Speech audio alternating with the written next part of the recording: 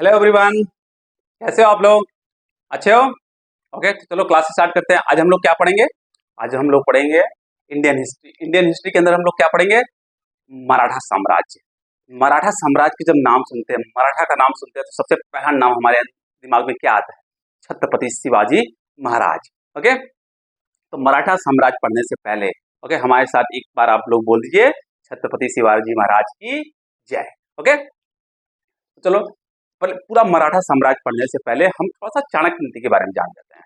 चाणक्य क्या बोलते हैं? वो बोलते हैं कि अगर किसी भी व्यक्ति के अंदर दृढ़ता हो, नेतृत्व की क्षमता हो और राजनीति करने का साहस हो और बुद्धिमत्ता हो, और इन सब के साथ अगर वो वीर हो, साहसी हो, होनहार हो और उसके अंदर आधार बहुत ज्यादा देशभक्ति हो, बहुत ज्यादा देशभक्ति हो, तो ऐसा व्यक्ति पूरे विश्व पे विजय एक दिन विजय हासिल कर सकता है। और पूरे अगर भारतीय इतिहास को देखा जाए तो 1000 से 1500 साल में केवल एक ही व्यक्ति ऐसा मिलता है जिसके अंदर ये सभी चीज ओके दृढ़ता, नेतृत्व की क्षमता, राजनीति, बुद्धिमत्ता, वीर, साहसी, होनहार और देशभक्ति कूट कूट के भरा था। वो कौन थे? छत्रपति शिवाजी महाराज थे। ओके, तो छत्रपति शिवाजी महाराज के बारे में पढ़ने से पहले ओके मराठा इतिहास पढ़ते हैं। उसके बाद छत्रपति शिवाजी बनने से पहले वो क्या थे? वो शिवाजी थे। और शिवाजी से छत्रपति शिवाजी जब बनते हैं तो उनके बीच का जो समय है, उन्होंने उसमें उन्होंने क्या क्या किया उसके बारे में एक एक करके देखते हैं, जो कि हमारे एग्जाम पॉइंट ऑफ व्यू से बहुत ज्यादा इंपॉर्टेंट है। ओके, तो चलो स्टार्ट करते हैं। मराठा साम्राज्य, मराठा एम्पायर। अब मराठा एम्पायर पढ़ने से पहले हमको पता होना चाहिए कि मराठा कौन है। मराठा कौन है? जैसे कि ओके जैसे साउदर्न पार्ट ऑफ इंडिया है, इंडिया का साउदर्न पार्ट है, तो यहाँ पे क्या है? यहाँ पे देखो, देखा जाए तो यह अहमदनगर है, और यहाँ पे देखा जाए तो एक बीजापुर है, और यहाँ पे देखा जाए तो यह गोलकोंडा रीजन है, और यहाँ पे यह बिदार है, और यहाँ पे यह गोलकोंडा रीजन है, और यहाँ पे यह बिदार है, और यहाँ पे बिरार है। ये क्या है? बिरार। और यह जो रीजन है वो क्या है? गोलकोंडा। और यह जो रीजन है वो क्या है? बीजापुर। और यह रीजन है वो क्या है? अहमदनगर।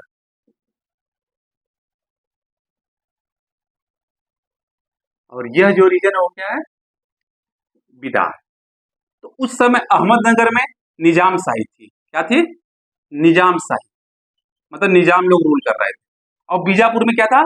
आदिल शाही, मतलब आदिल शाह लोग रूल कर रहे थे, आदिल रूल कर रहे थे, आदिल शाही। ठीक उसी तरीके से गोलकोंडा में क्या था? कुतुब शाही। ओके, समझ में आ गया? इस तरीके से लोग रूल करते थे। और देखा जाए जो नॉर्दर्न पार्ट ऑफ इंडिया है, मतलब ये सब पूरा जो आज का उत्तर प्रदेश, मध्य प्रदेश, राजस्थान, बिहार, पंजाब, हरियाणा, वो सब जो रीजन है वो नॉर्दर्न पार्ट ऑफ इंडिया में आता है। ओके, और उस समय जो नॉर्दर्न पार्ट ऑफ इंडिया में कौन रूल कर रहा था? मुगल रूल कर रहे थे। और जो Deccan part of the India है, डेक्कन पार्ट में, उसमें अहमदनगर में कौन रूल कर रहा था? निजाम शाही। ओके, बीजापुर में आदिल शाही, और गोलकोंडा में कुतुब शाही, ये सब रूल कर रहे थे। समझ में आ गया? तो अब मराठा में देखा जाए, मराठा बहुत लोगों, बहुत सारे वंश एक साथ आते हैं तो उसके बाद मराठा साम्राज्य बनता है। बहुत सारे वंशों में से एक वंश जो था, एक क्लेन जो था, वो सबसे इंपॉर्टेंट था। उस क्लेन का नाम है भोसले क्लेन। उसके बारे में हम लोग पढ़ते हैं। ओके, उसके बारे में हम लोग पढ़ते हैं, देखते हैं। भोसले क्लेन, भोसले क्लेन के सबसे प्रमुख जो थे वो कौन से? शिवाजी के पिताश्री शाहजी भोसले। तो सबसे पहला क्या क्या पढ़ना है हम लोग को? भोसले क्लेन। ओके, तो भोसले क्लेन के सबसे प्रमुख जो थे वो कौन थे? शाहजी भोसले। शाहजी भोसले का जन्म कब हुआ था? 1594 को, 1594 को ओके हुआ था। और जो शाहजी भोसले थे उनका जन्म कहाँ हुआ था? अहमदनगर।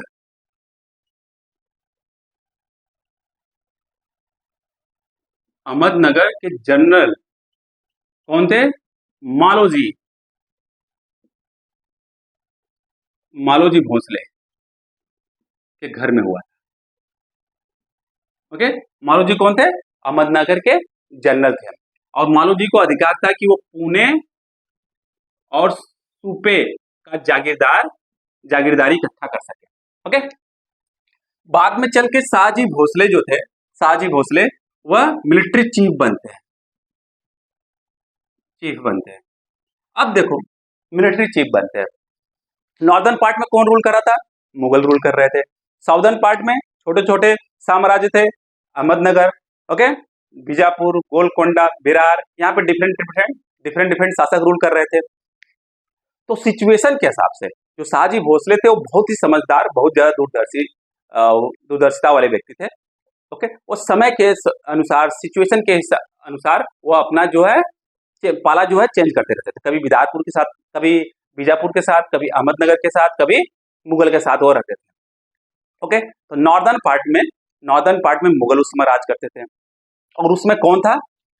शाहजहां थे। अब शाहजहां पूरे नॉर्दर्न पार्ट ऑफ इंडिया में मुगल साम्राज्य को फैला चुका था। अब उसकी नजर थी किधर?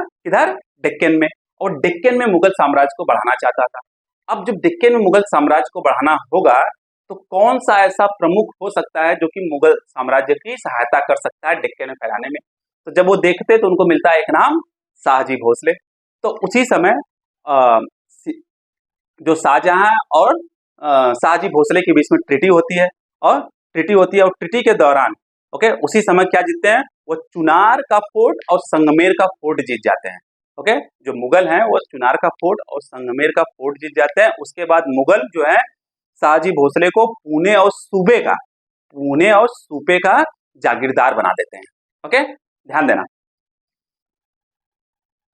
इसको ध्यान दीजिएगा, टाइमलाइन नोट करते जाइएगा।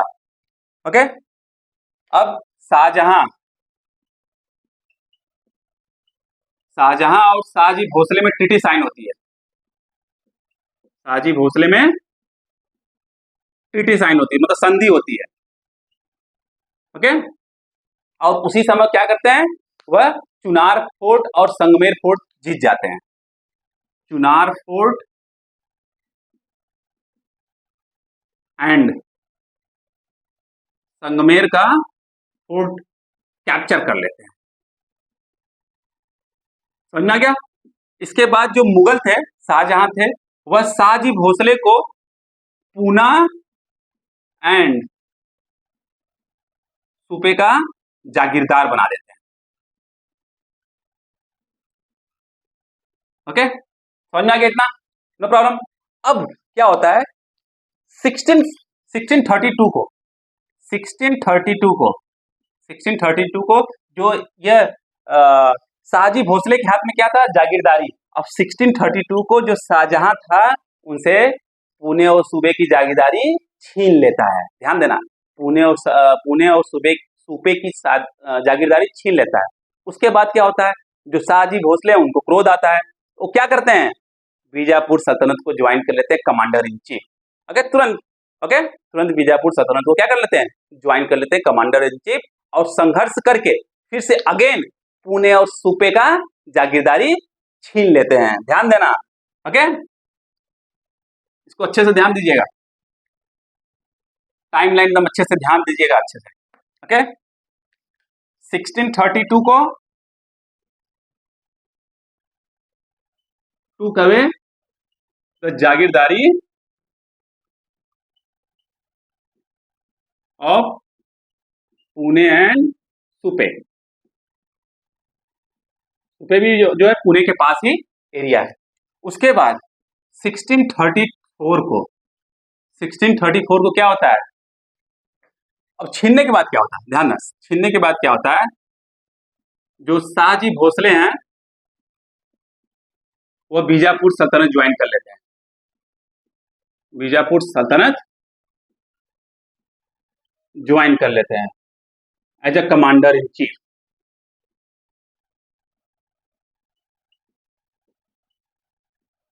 ओके, फिर क्या होता है? 1634 को मुगल आर्मी और बीजापुर आर्मी को कौन हेड कर रहा था? शाहजी भोसले। उनके बीच में क्या होता है? वार होती है। ओके 1634 को। तो मुगल क्या कर देते हैं, मुगल जो है बीजापुर आर्मी को डिफीट कर देते हैं। तो जब मुगल बीजापुर आर्मी को डिफीट करते हैं तो उसके बाद मुगल और बीजापुर में पीस ट्रीटी साइन होती है। मुगल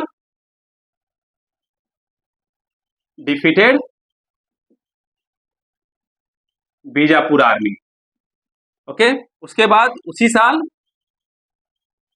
मुगल और बीजापुर में पीस ट्रीटी, शांति समझौता साइन होता है।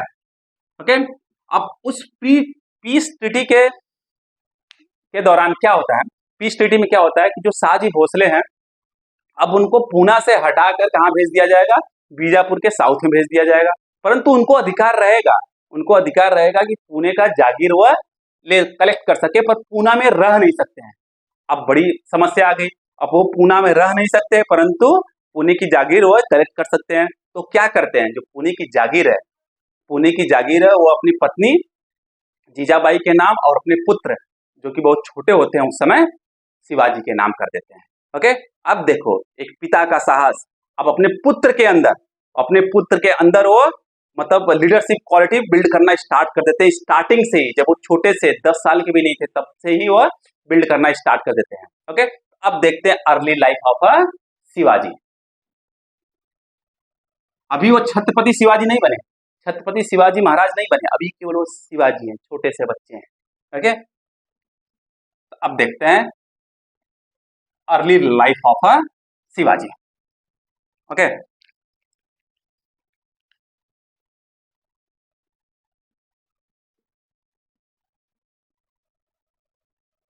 ध्यान दीजिएगा, अभी वो छत्रपति नहीं बने। ओके, अभी क्या है, वह शिवाजी है, छोटे से बच्चे हैं।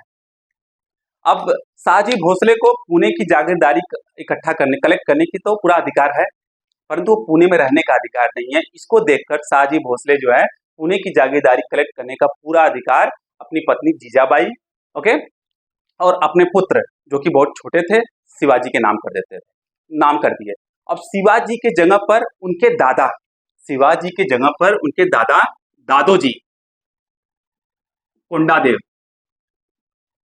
कोंडादेव पुणे की जागीरदारी कलेक्ट करना स्टार्ट कर देते हैं। और ये दादाजी कोंडादेव ही शिवाजी के बचपन में शिवाजी को पॉलिटिकल ज्ञान, ओके, एडमिनिस्ट्रेटिव ज्ञान और युद्ध नीति सिखाते हैं। ध्यान दीजिएगा, इसलिए आप कह सकते हो कि जो दादोजी कोंडादेव थे, जो उनके ग्रैंडफादर थे, ओके, एक तरीके से उनके political, administrative, okay, and warfare teacher थे, मतलब गुरु थे। ओके, समझ में आ गया। तो उनको राजनीति सिखाई, उनको मतलब शासन करना सिखाया और उनको युद्ध नीति में जो बेसिक युद्ध नीति होती है वो सब कुछ सिखाया। उनसे घुड़सवारी सिखाई, उनको तलवारबाजी सिखाई, भाला चलाना सिखाया, तीर धनुष चलाना सिखाया, सब कुछ सिखाया। अब उनके साथ साथ दादोजी कोंडादेव के साथ साथ उनकी माता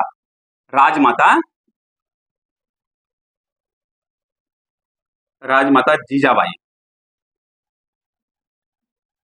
जो कि बहुत धार्मिक प्रकृति की थी, ओके, बहुत धार्मिक प्रवृत्ति की थी बोल सकते हो। उन्होंने शिवाजी को बचपन से ही जब बहुत छोटे थे तब से ही पूरे रामायण की कहानी, महाभारत की कहानी, पुराणों की कहानी, सब कहानी उनको सुनाया करती थी। और जो महाभारत में जो योद्धा थे, जो हीरो थे, उनके बारे में उनको समझाती थी, उनको बताती थी। रामायण में भगवान श्री रामचंद्र के बारे में उनको बताती थी, महाभारत में भगवान श्री कृष्ण के बारे में, अर्जुन के बारे में, इन सभी के बारे में बताकर शिवाजी के अंदर प्रारंभिक से उनके अंदर धार्मिकता के बारे में ज्ञान दे देना और उनके अंदर लीडरशिप क्वालिटी बचपन से ही बिल्ड करना स्टार्ट कर दिया। तो राजमाता जीजाबाई जी ने शिवाजी की प्रवृत्ति को, ओके, अच्छे से निखारने के लिए हर प्रकार की प्रयास की।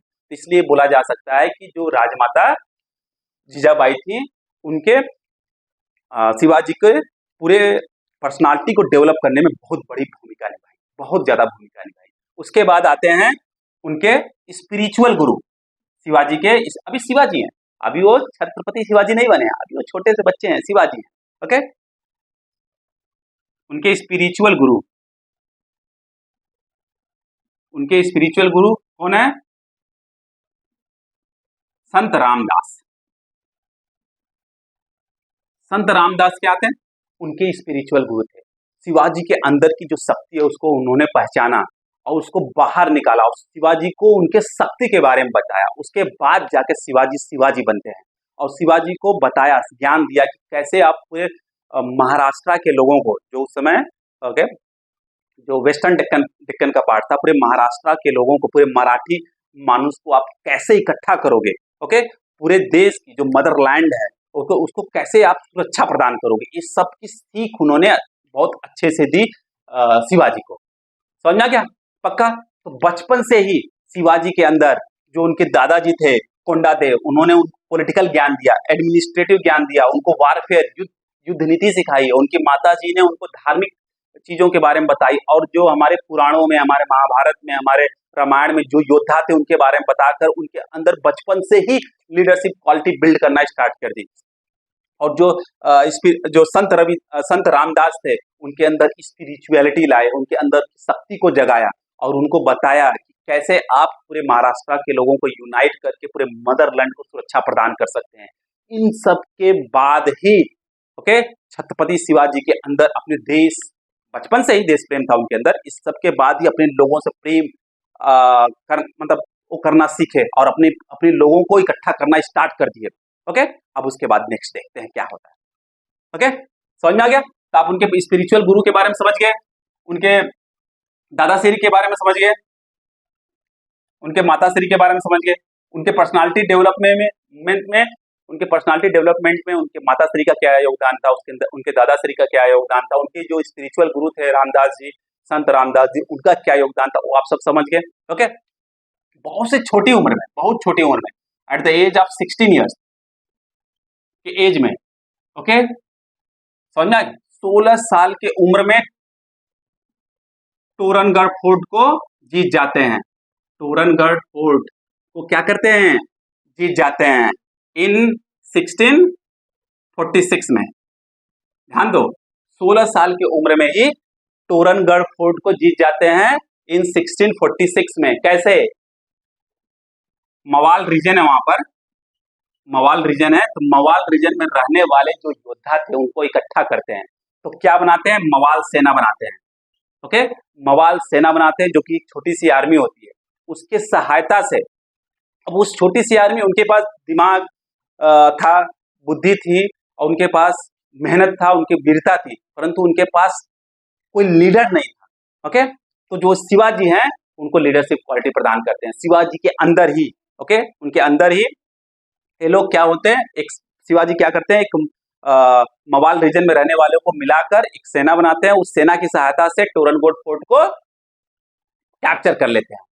ओके इन 1647 में उनके दादाजी जो थे दादोजी कोंडादेव, उनका निधन हो जाता है, उनकी मृत्यु हो जाती है।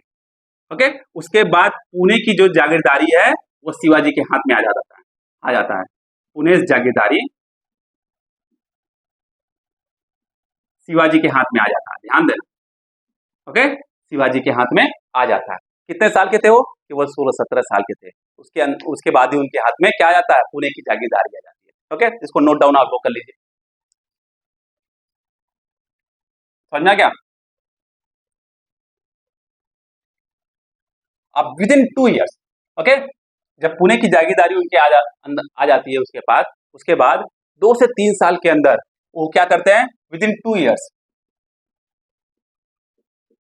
विदिन 2 to 3 ईयर्स वो क्या क्या करते हैं? जो Purandar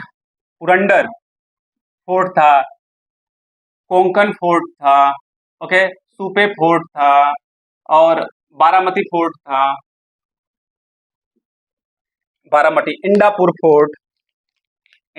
fort and Chakan fort, सब पर कब्जा कर लेते हैं।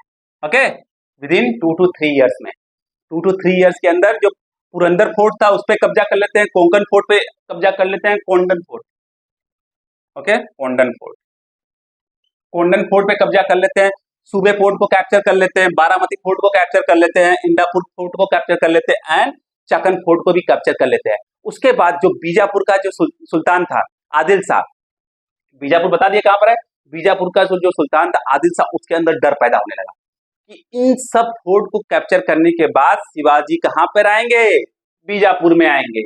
इसलिए, और बीजापुर का कमांडर इन चीफ कौन था, बीजापुर का कमांडर इन चीफ शिवाजी के पिताजी थे शाहजी भोसले। तो आदिल शाह शाहजी भोसले से कहता है कि जाके अपने पुत्र को समझाइए, पर शिवाजी भोसले मानने वाले नहीं थे। उसके बाद क्या होता है, उसके बाद होता है कि 25 जुलाई 1648 को शाहजी भोसले को कैप्चर, बंदी बना लिया जाता है आदिल शाह द्वारा। शाहजी भोसले को क्या कर लिया जाता है, बंदी बना लिया जाता है आदिल शाह द्वारा। अब इसके बाद शिवाजी भोसले अपने जो विजय रथ था उसको कुछ समय के लिए रोक देते हैं, विजय रथ को कुछ समय के लिए रोक देते हैं। फिर उसके बाद 1649 में जब शाहजी भोसले जेल से रिहा होते हैं तो उसके बाद फिर से शिवाजी भोसले शिवाजी जो अपना विजय रथ स्टार्ट कर देते हैं। अभी तक वो शिवाजी ही है, अभी छत्रपति शिवाजी नहीं बने हैं। जब छत्रपति, आपको जानना पड़ेगा पूरा टाइम लाइन, ओके, समझा क्या? तो शिवाजी से धीरे धीरे धीरे धीरे धीरे धीरे उनके संघर्ष के बारे में जानना पड़ेगा तो उन्होंने क्या क्या संघर्ष किया, तभी वो तब जाके लास्ट में बनते हैं छत्रपति शिवाजी महाराज बनते हैं। ओके, तो आपको इसलिए मैं उनको बार बार बोल रहा हूँ शिवाजी शिवाजी शिवाजी। ओके, समझ में आ गया? तो 1649 में शाहजी भोसले जेल से रिहा हो जाते हैं। उसके बाद फिर शिवाजी जो है अपना विजय रथ स्टार्ट कर देते हैं। ओके, विजय रथ अपना स्टार्ट करते हैं। फिर क्या होता है, 1656 में रायगढ़ फोर्ट को कब्जा करते हैं, रायगढ़ फोर्ट पे को कैप्चर कर लेते हैं और रायगढ़ फोर्ट को ही अपना मराठा कैपिटल बनाते हैं। रायगढ़ फोर्ट को ही मराठा कैपिटल ऑफ मराठा, ध्यान देना, रायगढ़ फोर्ट को ही मराठा का कैपिटल बनाते हैं। उसके बाद 1656 में रायगढ़ फोर्ट को कैप्चर कर लेते हैं और 1656 में ही ओके जवाली के जो जागीरदार थे चंद्रराव मोरे, उनको हराते हैं।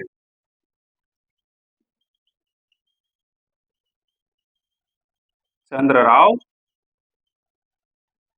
मोरे को हराते हैं, ओके, 1656 में। उसके बाद आदिल शाह जो बीजापुर के सुल्तान थे उनके अंदर और डर पैदा होने लगा, इसलिए वो क्या करते हैं, 1657 में अफजल खान को 20,000 सैनिकों के साथ कहां भेजते हैं, शिवाजी से युद्ध करने के लिए भेजते हैं। समझ में आ गया? इसको आप नोट डाउन कर लीजिए, टाइम लाइन एक एक करके नोट डाउन करिए, बहुत इंपॉर्टेंट है। 1656 में रायगढ़ फोर्ट को कैप्चर करते हैं, उसके बाद रायगढ़ फोर्ट को ही मराठा का कैपिटल बना देते हैं और 1656 में ही जवाली को हराकर जो जवाली के जागीरदार थे चंद्रराव मोरे को हरा देते हैं। ओके, पक्का समझ में आ गया?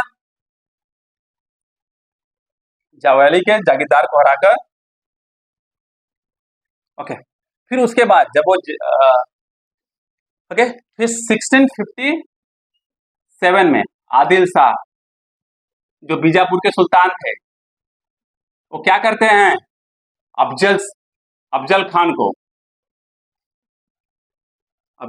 को 20,000 सैनिकों के साथ, ओके, 20,000 सैनिकों के साथ प्रतापगढ़ फोर्ट पे भेजते हैं।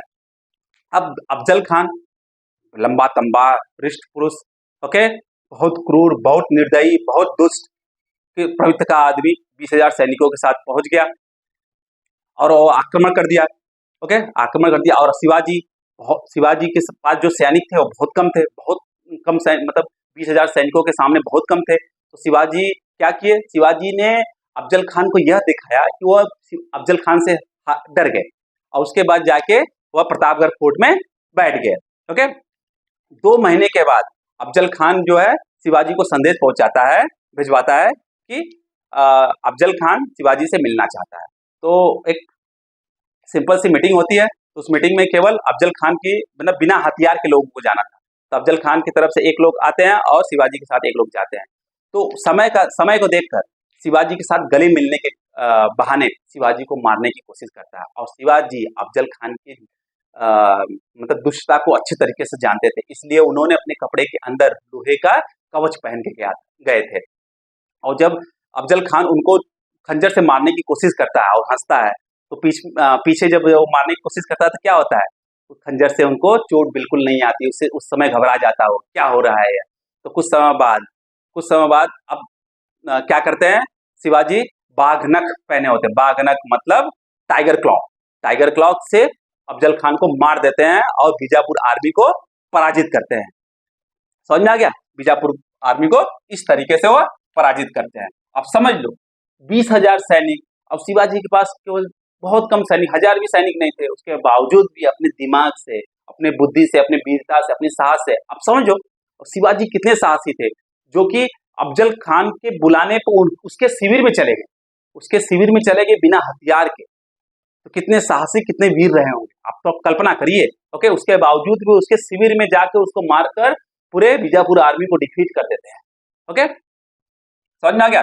फिर 1659 को अगेन आदिल शाह जो है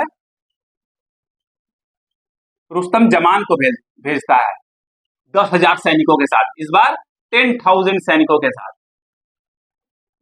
ओके, फिर अगेन जो है शिवाजी इसको हरा देते हैं, और जो पलहाना का फोर्ट है, पनहाला का फोर्ट, उसको कैप्चर कर लेते हैं। समझ में आ रहा है क्या होता है। 1659 में अगेन रुस्तम जमान को आदिल शाह भेजता है 10,000 सैनिकों के साथ, उसके बावजूद शिवाजी उसको फिर से हराकर पनहाला का फोर्ट जो है उसको कैप्चर कर लेते हैं। समझ में आ गया, पक्का, इसको नोट डाउन कर लीजिए आप लोग। अब इन सभी से हारकर जो बीजापुर का सुल्तान था आदिल शाह, वह मुगल सम्राट, उस समय कौन सम्राट बन गया था, उस समय सम्राट बन गया था औरंगजेब। तो मुगल सम्राट औरंगजेब से क्या मांगता है, मदद मांगता है। तो बीजापुर और मुगल में एक ट्रीटी साइन होती है, उसके तहत 1660 में औरंगजेब अपने मामा शाहिस्ता खान को भेजता है डेक्कन। ओके, किसको भेजता है 1660 में, शाहिस्ता खान को। ओके, 1.5 लाख सैनिकों के साथ, ध्यान दीजिएगा, 1.5 लाख सोल्जर्स के साथ। ओके, 1.5 लाख की आर्मी लेके पहुंचते हैं और सबसे पहले पुणे पर आक्रमण करता है, पुणे को कैप्चर कर लेता है और पुणे को ही अपना हेडक्वार्टर बना देता है, और पुणे में बैन लगा देता है मराठा एंट्री पर। ओके, शिवाजी और उनसे रिलेटेड जितने भी लोग थे उन पर पूरा बैन लगा देता है। ओके, फिर कुछ समय बाद वहां पे एक मैरिज सेरेमनी होती है। मैरिज सेरेमनी में शिवाजी और उनके 400 साथी भेष बदलकर उस पुणे में जाते हैं और शाहिस्ता खान से साथ युद्ध होता है। उस युद्ध के दौरान शिवाजी महाराज जो होते हैं शाहिस्ता खान का 3 उंगली काट देते हैं और उसको वहां पे डिफीट कर देते हैं, और उसके बहुत से जो सैनिक है उसको वो मार देते हैं। समझ में आ गया, इस तरीके से वो शाहिस्ता खान पर भी विजय प्राप्त कर लेते हैं। ओके, अब इसके बाद वो फिर से बीजापुर पर आक्रमण करते हैं और 3,000 से अधिक सैनिकों को मार देते हैं। 3,000 से अधिक सैनिकों को मार देते हैं। फिर इसको देखते हुए 3,000 से अधिक सैनिकों को मार देते हैं। फिर उसके बाद अब देखो 1664 में अब क्या होता है ना, ये सब क्या होता है ध्यान देना। 1664 में शाहिस्ता खान को मारते हैं। शाहिस्ता खान को कब भेजा जाता है, औरंगजेब शाहिस्ता खान को भेजता कब है, 1660 में, और शाहिस्ता खान को मारते कब है, 1664 में। 1660 से लेकर 1664 तक, मतलब 3 से 4 साल में शाहिस्ता खान मराठा साम्राज्य को बहुत ज्यादा नुकसान पहुंचाता, बहुत ज्यादा, क्योंकि उसकी आर्मी जो थी 1.5 लाख थी और शाहजी के पास आर्मी बहुत कम थी, शिवाजी के पास आर्मी बहुत कम थी। तो बहुत चालाक, बहुत बुद्धिमान व्यक्ति थे, तो डायरेक्ट फाइट नहीं किए। उन्होंने कौन सा फाइट अपनाया, गुरिल्ला टैक्टिक्स अपनाया, भेष बदलकर आक्रमण करना। ओके, गुरिल्ला टैक्टिक्स अपनाया। तो गुरिल्ला टैक्टिक्स के थ्रू ही शाहिस्ता खान को उन्होंने डिफीट किया और उसमें शाहिस्ता खान की 3 उंगली काट दी और उनको बहुत से सैनिकों को मार दिया गया। और शाहिस्ता खान को उसके बाद औरंगजेब कहां भेज देता है, बंगाल भेजता है। फिर 1665 में, और उसी दौरान ध्यान दो 1664 में क्या होता है, शाइस्ता खान के कारण मराठा साम्राज्य को बहुत ज्यादा नुकसान होता है। ओके, उस नुकसान की भरपाई करने के लिए शिवाजी क्या करते हैं, मुगल साम्राज्य का एक बहुत अमीर शहर हुआ करता था उस समय, सूरत, उस पर आक्रमण करते हैं, उसको लूट लेते हैं। ओके, करोड़ों से अधिक संपत्ति वहां पर लूट लेते हैं और जिससे कि अगेन अपने साम्राज्य को वह इस्टेब्लिश करते हैं। फिर 1665 में औरंगजेब राजा जयसिंह को भेजता है। ध्यान देना, राजा जयसिंह को भेजता है। ओके, तो 1665 में राजा जयसिंह के पास बहुत बड़ी आर्मी होती है। बहुत बड़ी आर्मी के साथ औरंगजेब राजा जयसिंह को डेक्कन भेजता है। तो 1665 में राजा जयसिंह और शिवाजी के बीच में युद्ध होता है और राजा जयसिंह जो है पुरंदर का जो किला है उसको कैप्चर कर लेता है। फिर उसके बाद मुगल और शिवाजी में पीस ट्रीटी साइन होती है। उस ट्रीटी के तहत क्या होता है, अब जान देना, मुगल और शिवाजी में पीस ट्रीटी साइन होती है। पीस ट्रीटी, उस ट्रीटी के तहत 23 fort out of 35 fort, okay, Shivaji को मुगल को देने पड़ते हैं और 4 लाख सोने के सिक्के देने पड़ते हैं। 4 लाख सोने के सिक्के मुगल को देने पड़ते हैं। समझ में आ गया। और जो शिवाजी के पुत्र थे संभाजी को मुगल साम्राज्य का क्या बना दिया जाता है, मनसबदार बना दिया जाता है उनको। और 1666 में राजा जयसिंह के अनुरोध पर शिवाजी कहाँ जाते हैं, आगरा के किला में जाते हैं, औरंगजेब से मिलने जाते हैं। परंतु औरंगजेब उनके साथ सही व्यवहार नहीं करता, उनको 3rd ग्रेड मनसबदार के साथ बैठा देता है और शाहजी और शिवाजी जो है वो क्रोधित हो जाते हैं। अब देखो साहस, अभी तक हम उनको छत्रपति शिवाजी नहीं बुला रहे, अभी तक हम उनको बस शिवाजी बुला रहे हैं। ध्यान देना, क्योंकि उनकी जर्नी बहुत जरूरी है जानना। ओके, अभी तक वो शिवाजी है, इसको जानना बहुत जरूरी है। इसको पहले नोट डाउन कर लीजिए आप लोग। समझ में आ गया, पक्का।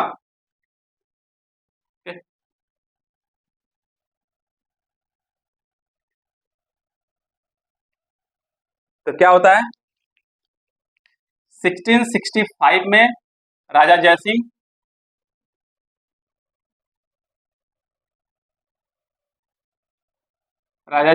और शिवाजी के बीच में युद्ध होता है। उसके बाद मुगल और शिवाजी के बीच में पीस ट्रीटी साइन होती है।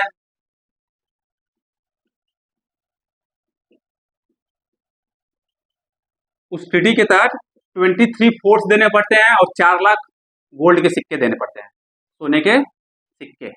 ओके, गोल्ड कॉइन देने पड़ते हैं। और जो संभाजी थे उनको औरंगजेब कोर्ट का मनसबदार बना दिया गया।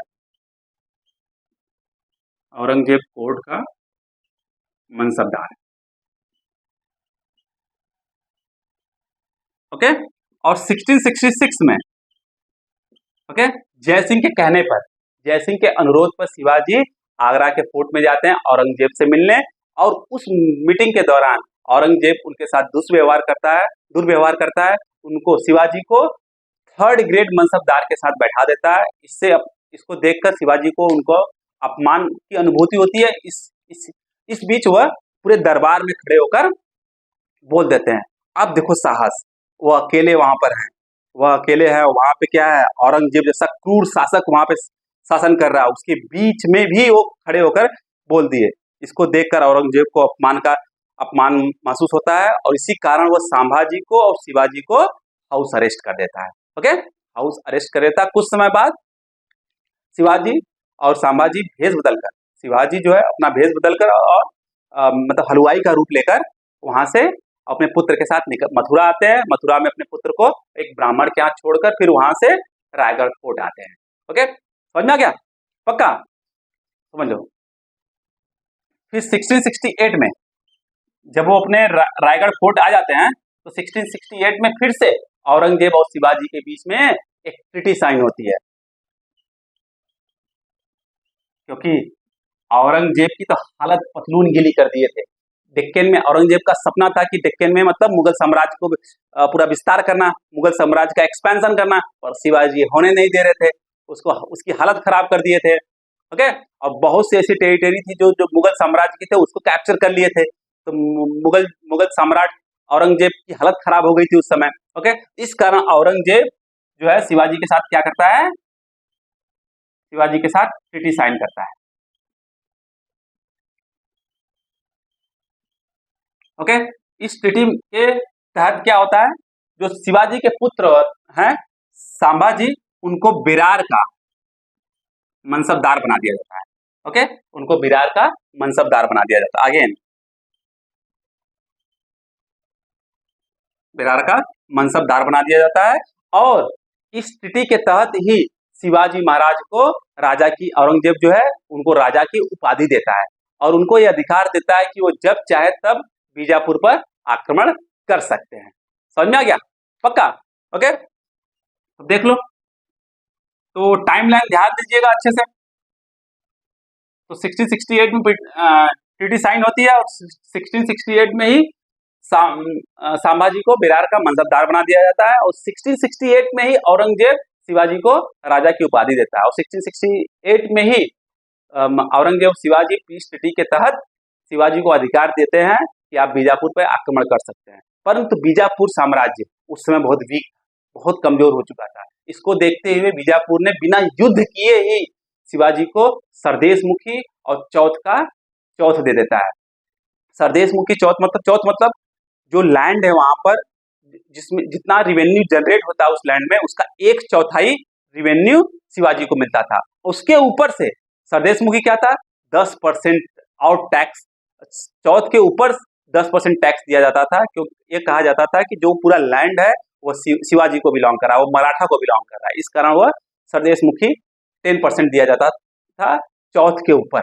ओके, तो पूरे बीजापुर का सरदेश मुखी और चौथ शिवाजी को दे दिया गया बिना युद्ध किए। समझ में आ गया? फिर उसके बाद क्या होता है, 1670 में लगभग 2 साल बाद जो विरार का मनसबदार था, किसको मिला था, संभाजी को मिला था, वो छीन लिया गया। वह अगेन छीन लिया गया। इससे और क्रोधित हो गए शिवाजी, और क्रोधित हो गए कि मतलब आपने वादा करके वादा तोड़ दिया। तो इसके बाद क्या करते हैं, फिर से 1670 में ही 1670 में दूसरी बार सूरत पर अटैक करते हैं, second time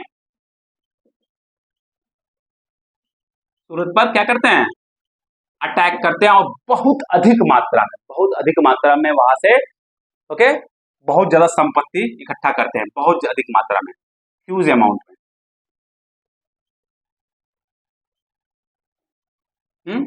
okay, money collect करते हैं। ओके, समझ में आ गया? पक्का? और 1674 में अपने आप को ओके राजा घोषित करते हैं, अपने आप को राजा घोषित करते हैं, परंतु कुछ ब्राह्मण जो मराठा साम्राज्य के कुछ ब्राह्मण थे, उनको राजा स्वीकार करने से मना कर देते हैं। उनका कहना है कि आप क्षत्रिय नहीं है, इसलिए आप राजा नहीं बन सकते हैं। परंतु उनके शिवाजी के कुछ मिनिस्टर जो है पूरा रिसर्च करते हैं, खोज करते हैं, और ये लिंक पाते हैं कि शिवाजी जो है, शिवाजी का जो लिंक है ओके, वो मेवाड़ के सिसोदिया वंश से रिलेटेड। और सिसोदिया कौन थे, राजपूत थे, क्षत्रिय थे। तो इसको जानने के बाद जो वहां के ब्राह्मण थे, मराठा साम्राज्य के जो ब्राह्मण थे, वह शिवाजी को अधिकार देते हैं कि आप अपना राज्य तिलक कर सकते हैं। उसी दौरान ओके उनकी जो जनता है, शिवाजी की जो जनता है, उनको छत्रपति की उपाधि देती है। तब जाकर शिवाजी जो है छत्रपति शिवाजी महाराज बनते हैं। शिवाजी जो है छत्रपति शिवाजी महाराज बनते हैं। और उनके जो हिंदवी साम्राज्य का जो सपना था, जो बचपन में थे तो सोचते थे कि एक साम्राज्य बनाना जहां पर हिंदू शासक हो। क्योंकि अगर देखा जाए साउथ में कौन राज कर रहा था, अहमदनगर में निजाम शाही था, बीजापुर में आदिल शाही था, गोलकोंडा में कुतुब शाही था, नॉर्थ में मुगल था। हर जगह देखा जाए तो कौन शासन कर रहा था, ओके मतलब मुस्लिम रूलर शासन कर रहे थे। तो उनका एक सपना था कि हिंदवी साम्राज्य की स्थापना किया जाए।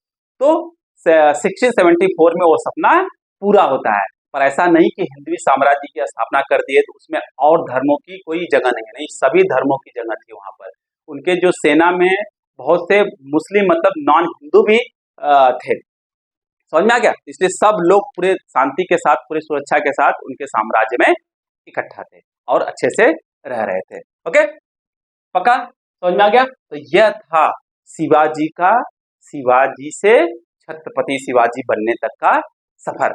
ओके, और पूरे मराठा साम्राज्य को इकट्ठा करना और पूरे उस समय का सबसे बड़ा साम्राज्य बनाना। ओके, ओके, तो शिवाजी का जो पूरा व्यक्तित्व था उसको निखारने में उनके पिता से ही, ओके, शाहजी भोसले, उनके दादाश्री कोंडादेव, दादोजी कोंडादेव, उनकी माता श्री राजमाता जीजाबाई, सबका बहुत बड़ा योगदान है। और उनके गुरु, ओके, उनके स्पिरिचुअल गुरु संत रामदास का बहुत बड़ा योगदान। समझ में आ गया? पक्का, नो प्रॉब्लम। अब इससे आगे की जो स्टोरी है, ओके, शिवाजी की मृत्यु कैसे हुई, छत्रपति शिवाजी, अब क्या, अब वो हो गए छत्रपति शिवाजी।